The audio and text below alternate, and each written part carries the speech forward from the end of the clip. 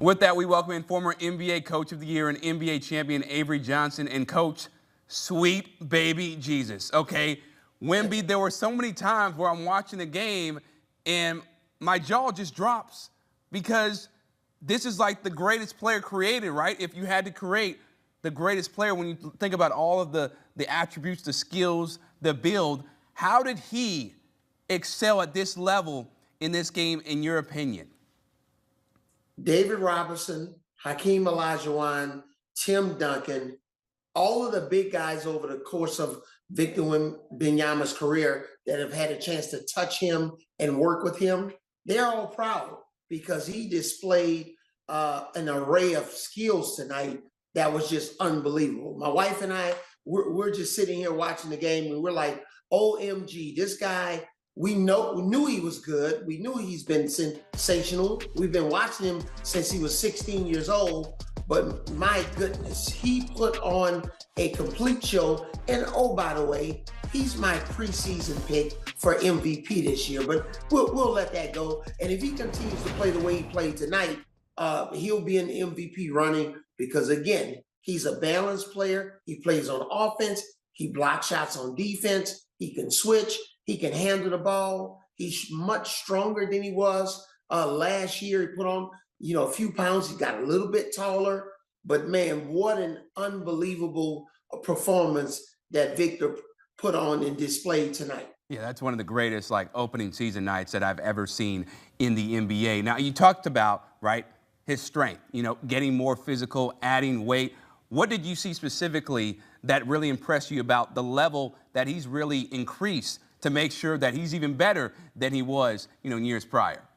Well, there was a temptation to just shoot threes, especially during the physical moments when he was trying to back down. He had a couple of back downs tonight against Lively and Anthony Davis, where he didn't, resort to stepping out and shooting the three. He continued to try to get in the paint, make shots. He ran on the break. He played defense on one end. He ran what we call a rim run to the other end, which resulted in a rim dunk.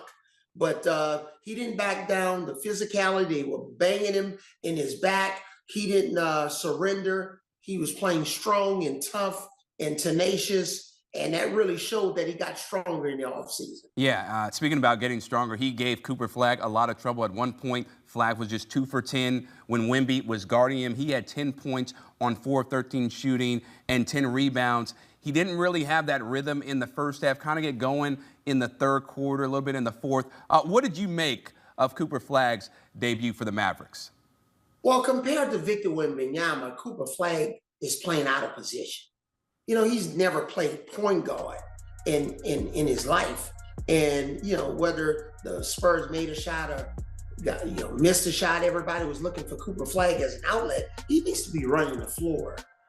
So for him, I just think he was out of position, out of sync, especially early on, a little bit overwhelmed early in the game, turned the ball over. He didn't have an assist.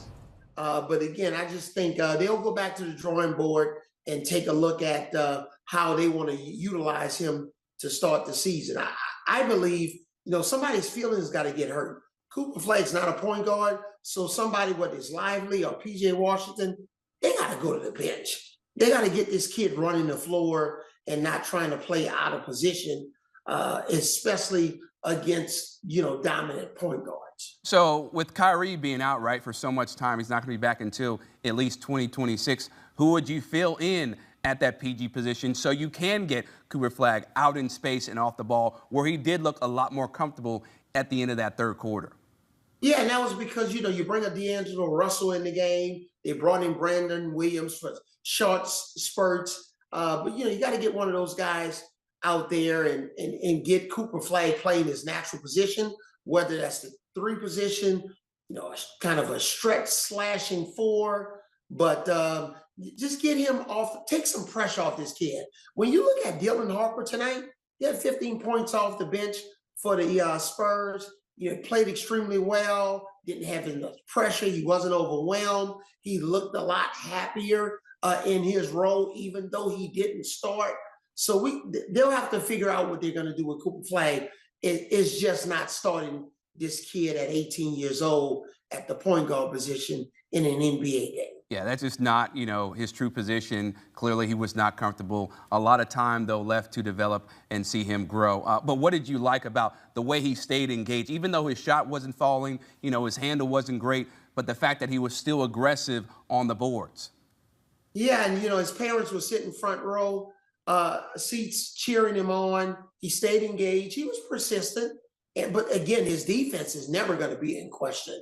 But he made a couple of shots there, got a couple of easy ones. And, but, this kid is so much better than what he showed tonight. And he'll have a chance to go and watch some film, look at the good, the bad, the ugly. It's a home opener. So much was really focused on him. Spurs really keyed on him defensively, especially when he had the basketball, trying to get deflections and play passing lanes and try to, make sure that he was uncomfortable. Mission accomplished for the Spurs. But, hey, this is the first game of 82 games. They got 81 more. He'll figure it out moving forward. That he's gathered some more data and information. They'll get him in the right spot. Yeah, it's on Jason Kidd and his coaching staff to really maximize this kid's talent because he is special for a reason. Now, another guy who is amazing, VJ Edgecombe. My man dropped 34 points, right, for the Sixers in that win over the Celtics in his debut.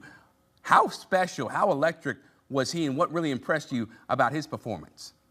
Well, it was a combination of VJ Edgecombe and also Tyrese Maxey. Those guys put on a show tonight. They look like the best backcourt in basketball tonight. 34 and 40 points. They were unbelievable playing off of each other. And VJ, I covered him, when he was at Baylor, and he was a little bit of a reluctant shooter. But, he took 13 threes. He made 5. He got up 26 shots. He was really aggressive. He slashed to the basket. He knocked down threes. He really tried to ignite their break. So I was really impressed with his energy, his athleticism, his enthusiasm. He played above the rim. He was not scared, going up against the mighty Celtics, especially Mr. Brown, who was the MVP, a couple of years ago in the NBA Finals. So I really like, his body language with these young players, not when they're successful, but when they make mistakes, can they bounce back?